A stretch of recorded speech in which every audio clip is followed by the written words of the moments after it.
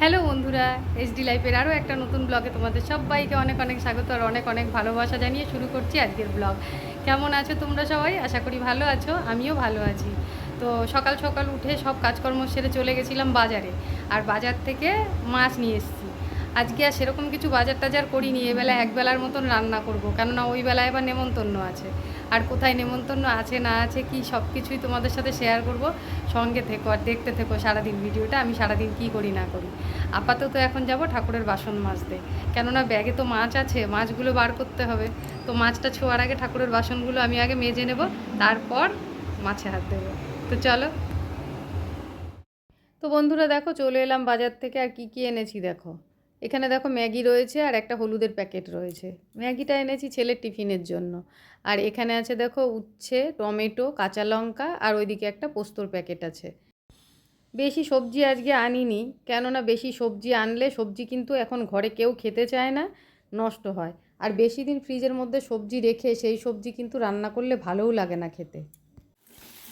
রান্নাঘরে এসে দেখো ছেলের জন্য আমি টিফিনটা বানিয়ে নিচ্ছি। আগে ওর টিফিনটা করে নেব, এই যে ম্যাগি করে ওকে দিয়ে দেবো। আর আমি ভাবছি একটু গোলা রুটি করে নেব।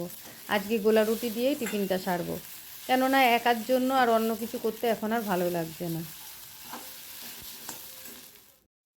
ছেলেকে টিফিনটা দিয়ে নিজেও একটু গোলা রুটি করে টিফিন করে নিয়েছিলাম। নিয়ে দেখো এদিকে মাছের ঝোলটাও আমার হয়ে গেল। মাছের ঝোলটা আমি আজকে একদম সর্ষে পোস্ত আর একটু জিরে বাটা দিয়ে রান্না করেছি, আর টমেটো দিয়েছি একটু, আর এই দেখো নামানোর আগ দিয়ে ধনে পাতাও দিয়ে দিলাম। তো মাছের ঝোলটাও আমার হয়ে গেল, চলো এবার নামিয়ে নিই। তো বন্ধুরা দেখো মাছের ঝোলটা দেখতে কীরকম হয়েছে। মাছের ঝোলটা একদম যেহেতু কম হয়েছে, প্রথমে ভেবেছিলাম আর কিছু করব না, একটু উচ্ছে আলু ভেজে নিয়েছি, সেই জন্য আর কিছু করব না ভেবেছিলাম। কিন্তু পরে দেখলাম এইটুকু ঝোলে হয়তো হবে না। আর তোমাদের দাদা ভাইয়ের সব রান্না থাকলেও সঙ্গে একটু ডাল থাকলে ভালোই হয়, সেই জন্য একটু ডাল সেদ্ধ আমি বসিয়ে দিলাম।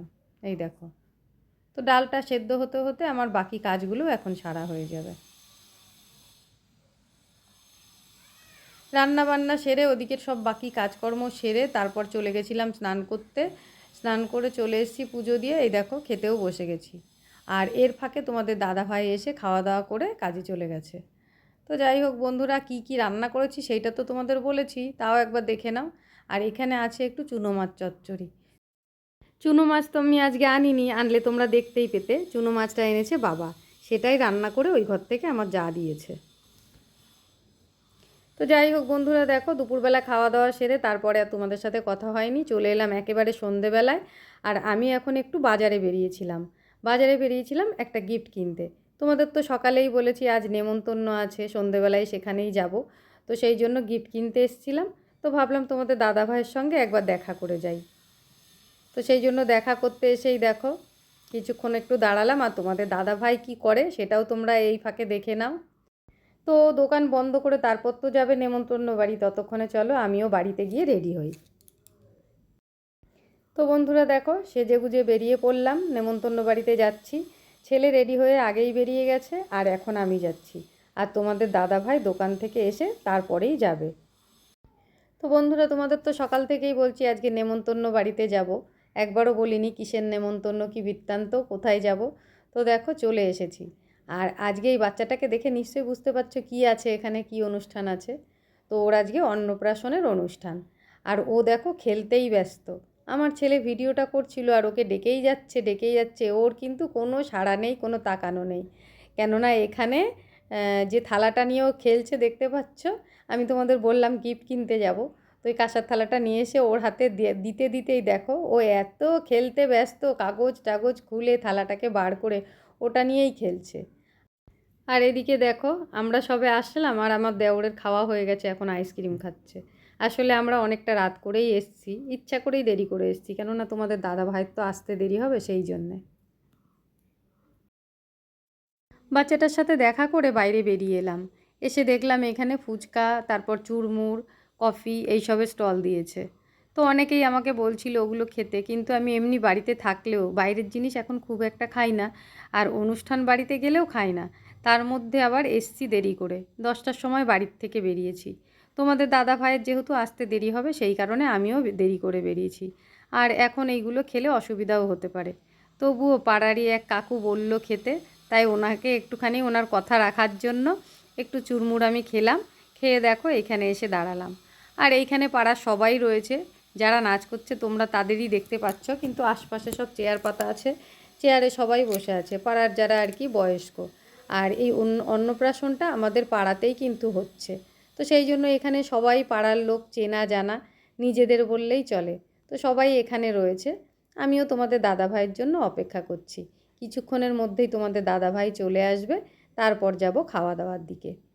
তো দেখো, গানটা তো তোমাদের শোনাতে পারলাম না যে কি গানে নাচ হচ্ছে, তোমরা তো জানোই গানটা যদি তোমাদের শোনাতে যাই তাহলে আবার অসুবিধা হয়ে যাবে, তাই বিনা গানেই তোমরা নাচটা দেখো। আর তোমাদের বললাম এখানে পাড়ার বয়স্ক মানুষরা সবাই এখানে বসে আছে চেয়ারে পরপর, দেখো এই যে এখানে সবাই বসে রয়েছে, আশপাশ দিয়ে সব দাঁড়িয়ে আছে। আর সামনেই খাওয়ার প্যান্ডেল, একটু ভিড়ও আছে, তাই সবাই অপেক্ষা করছে। তো বন্ধুরা, তোমাদের দাদাভাই চলে এসছে আর আমরাও দেখো প্যান্ডেলের মধ্যে ঢুকে পড়েছি। কেননা এখন যে অনুষ্ঠান বাড়িতেই যাও না কেন, খেয়াল করে দেখবে সব জায়গাতেই গিয়ে আগে টেবিল বুক করে রাখতে হয়। তো সেরকমই টেবিল বুক করে আমরা ভেতরে এসে দাঁড়ালাম। আর তোমাদের দাদাভাই দেখো গান চলছে, গানের তালে তালে আবার নাচছেও মাঝে মধ্যে। তো বন্ধুরা দেখো বসে পড়লাম খেতে। আর আমরা দুজন একসাথে বসেছি, ছেলে আমাদের সঙ্গে খাবে না, যেহেতু পাড়ার মধ্যেই অনুষ্ঠান, সবাই চেনা জানা, ছেলের বন্ধুবান্ধব সবাই রয়েছে, তো বন্ধুদের সাথেই খেতে বসবে, সেই জন্য আমরা দুজনে একসাথে বসে পড়লাম। তো বন্ধুরা দেখো আমরা খাওয়া দাওয়া শুরু করে দিয়েছি। আর প্রথমেই ছিল ডিমের চপ, ওটার পর দিয়েছে চানা মশলা আর নানপুরি। আর আমাদের সামনের টেবিলটাতে একটা লোক বসে খাচ্ছিল, দেখো দেখতে বেশ মজাই লাগছিল, একদম গোপটা সেই চার্লি চ্যাপলিনের মতন, আর খুব মজা করে খাচ্ছিল, তোমরা দেখে বুঝতেই পারছো। মেনুটা তো তোমাদের প্রথমেই বললাম, প্রথমে ডিমের চপ দিয়েছিল, তারপরে নানপুরি আর চানা মশলা, তারপর চলে এলো দেখো বিরিয়ানি। মেনুটা ছিল একেবারেই সিম্পল, আর সেই কারণেই হয়তো রান্নাবান্নাগুলো খুব ভালো হয়েছিল। তো যাই হোক বন্ধুরা, বিরিয়ানিটা ছিল মাটন বিরিয়ানি, আর তার সঙ্গে ছিল চিকেন চাপ। যে কোনো অনুষ্ঠানে, পাড়ায় বলো বা পাড়ার বাইরে, তোমাদের দাদাভাই কোনো অনুষ্ঠানেই যেতে চায় না, আর এইভাবে একসঙ্গে বসে খাওয়া আমাদের খুব কমই হয়, কিন্তু আজকে কিন্তু সময় চলেও এসছে, আর দুজনে মিলে একসঙ্গে খেতেও বসে পড়েছিলাম। তো বন্ধুরা খাওয়া দাওয়া কমপ্লিট করে তারপর দেখো তোমাদের দাদাভাই আর আমি দুজনে মিলে চলে এসেছি রাস্তার মোড়টাতে। এটা কিন্তু 3 মাথার মোড়। আর আমার পেছনটাতে দেখতে পাচ্ছ একটা মন্দির আছে, ওটা কালী মায়ের মন্দির। আর আমার বাঁ দিকটাতে যেখানে আর কি অনুষ্ঠানটা চলছে, এই দেখো। তো যাই হোক বন্ধুরা, অনেক দিন ধরেই মনটা খারাপ ছিল, কেননা বাড়িতে তো একটা অঘটন ঘটে গেছে, তোমরা তো সেটা জানোই।